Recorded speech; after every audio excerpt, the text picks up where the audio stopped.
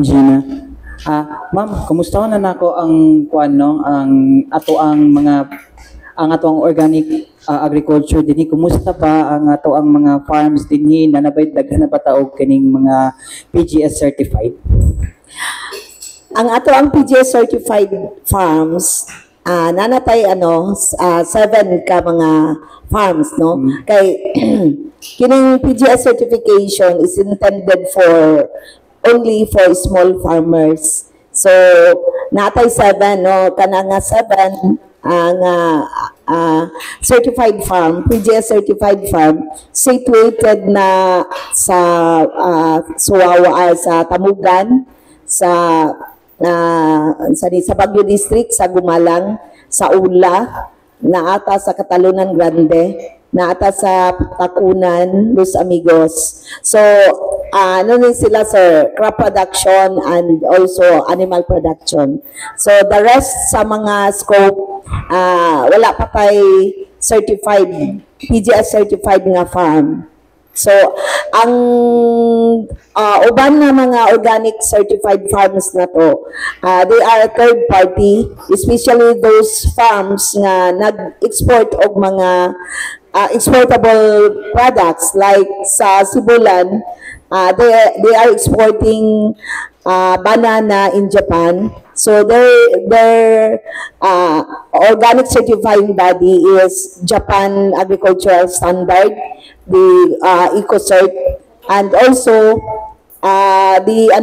kanang sa ato sa saloy, European countries ang ilahang buyer sa ilang cacao beans. So ang control union, ang certifying body, ang nag-certify sa ilahang farm.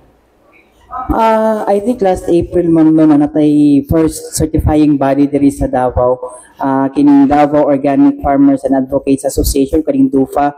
Karon this year pa lang ni sila na certified from Bureau of Agriculture and Fisheries Standards. This year ba ato ba ning ginalauman na mas mudaghan pa ang mga farms na tudlo na PGS certified diri sa Davao City? Yes sir. Naatay ang ato manggong mga organic practitioner, some of them nagabaligya na sila sa merkado, no, but they are required to have organic certification, kay mas legit man gyud, no, kung mingon tag organic akong product tapos wala tay ipakita nga certification, dili gyud na mudawat ang ato, especially kung institutional buyer ang ato ang expected na market. So kana sa dako na siyang kahigayunan, especially sa ato ang mga small farmer, kay kini nga PGS certification, no, is intended siya for small farmer. So, isa na kadakong pribilehiyo kahigayunan sa atong mga organic practitioner nga ang ilang farm ma-certify as organic farm. So, therefore, ang ilang produkto is organic certified. Naata sa Rizal Park karon sir, naadiha ang ilang labisa nga makapasabot usab ngadto sa ato ang mga mobisita karon kung how they can be certified, mga steps and processes kung unsaon nga ma-certify ang ilang farm. So naana sila karon diha, apil na sila nga ang group, ang PGS DUPA, apil na karon nga naa sa atong Rizal Park para mo cater pod sa mga inquiries og magpaila og magpasabot nga naa natay diri sa Davao City nga accredited nga mo certify sa mga farm, pero kuan siya under sa PGS certification. When we say kaning kuan kay madaghan nag-claim og organic, pero dili ta sure kung tinud ba nga organic. Unsa bay kuan nino murag benefit if nasa lay certification? Good siya sir, og naay certification, naka-follow sila sa standard. Naman gud tay Philippine National Standard for Organic Agriculture. So nakaset na ang mga standard nga unsay dapat i-observe, unsay dapat na mga practices nga i-comply buhaton diha sa usa ka farm. So, once nga gi-issuehan ka og certification, meaning to say, you qualified, you complied sa requirement na sunod nimo ang standard nga giset sa Philippine National Standard, and also sa certifying body like PGS DOPA, nanay giingon nga internal standard. Kanang internal standard, ilan ang standard nga gihuptan kung nga mo na tan-awon, mo na gamiton nga i-assess ang farm kung nakatuman ba.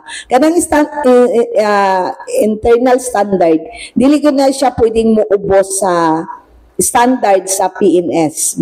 Pwede pa gani mo taas siya. Pero di siya pwedeng mo paubos ang standard niya. So diha na nimo masuta kung naay nakasilyo imong produkto nga certified organic siya, nga ibutang og kinsa ang certifying body. So diha na nimo masuta nga kini siya nga farm nagapractice ni siya sa pinasikad sa base sa standard sa organic agriculture.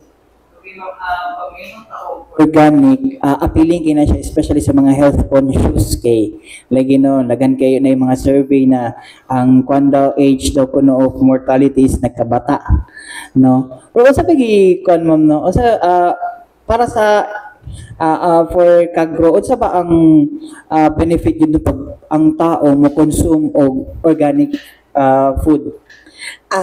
Sa organic farming ng good sir, mga practices, no, wala, dili ginamitan og mga synthetic or chemical na mga inputs like pesticides, fertilizer, or ini nga mga synthetic inputs. So isa sa makahinungdan nga makabatunta og mga contamination sa ato ang mga pagkaon sa atong produkto is taas siya og content sa mga hazardous or mga pestisidyo. Kabalo man ta ang pestisidyo, makapatay gid siya. Kay kung na to na siya mga label nga unsa na bungo, no, nanay daghan na silang mga label nga dili gid siya safe sa tao, labi na og imo karong ma-expose ka or imo karon i-take. Maskin man gani sa mulabay ta sa usa ka farm nga naga-spray, di ba, dili nindot sa ato ang pagsimhot, ang atong masimhutan. No, so isa siya makaingon ta nga isa siya sa mga rason labi na kung wala gigamit ang standard nga recommendation sa ka pesticides naamang gud na gibutang diha ang mga standard, no, o mga rate nga dapat lang gamiton na og kanus dapat nga i-harvest ang mga tanom kung dili magtamod ang ato ang mga mag-uumaan na. So dako ujog ka delikaduhan nga ang pagkaon or ang produkto nga gi-harvest is not safe for consumption. Ang organic is mahal. Hindi lang ginareklamo. Ang concept sa organic, sir, ang concept sa organic, self-sustaining siya dapat. Ang source nimo sa imuhang fertilizer dapat within the farm.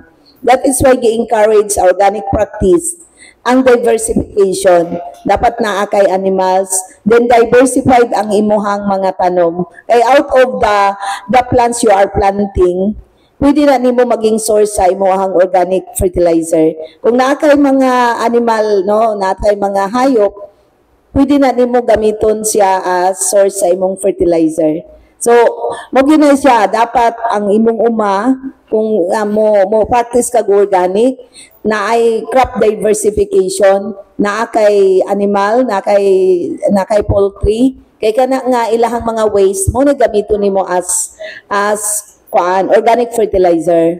Oo. So kita naanad manggud ta nga medyo pinaabtik na adayon, pero ani lang po do kung dili gyud magamit sa sakto ang mga synthetic nato nga mga sources, daghang apektado ang ato ang living organism nga naa sa yuta, ang ato ang mga friendly insect nga naa sa atong palibot, ang atong body of water affected siya kung dili tama ang paggamit sa mga synthetic na mga inputs. So munang hamugaway gyud ang ato ang kinaiyahan as a whole kung mogamit ta sa sustainable na paagi ang organic agriculture practice. Tama, ang organic agriculture is not just for the safety of the food, pero para usab sa ato ang safety sa ato environment. Oo. O ganun na sir nga, hamugaway ang ato ang palibot. Last na lang ma'am, no, if ever ma'am no, managka ng ato mga farms TD or small farmers na ma-certified do PGS certified na ng mga products, posible ba nga mubaba po ang presyo sa ato ang mga organic food products?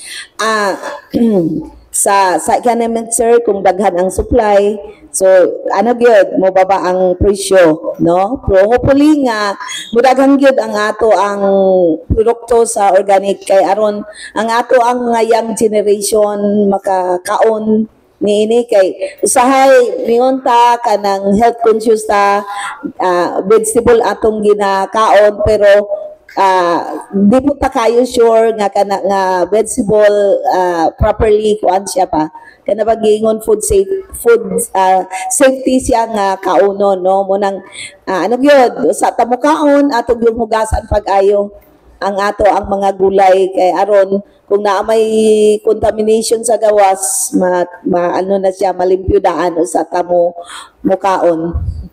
Anang from Nako nga question kay Ma'am Gina ka. Ma'am, part ba sa to program karon no nga gina-encourage na to ato ang mga farmers na to grow organic? Yes sir. Naagi na sa atong ordinansa no o even sa Republic Act nga i-encourage, i-develop, i-propagate ang organic agriculture nationwide and specifically po diri sa Davao City. So, kuan ko ta kaayo ni ani nga programa.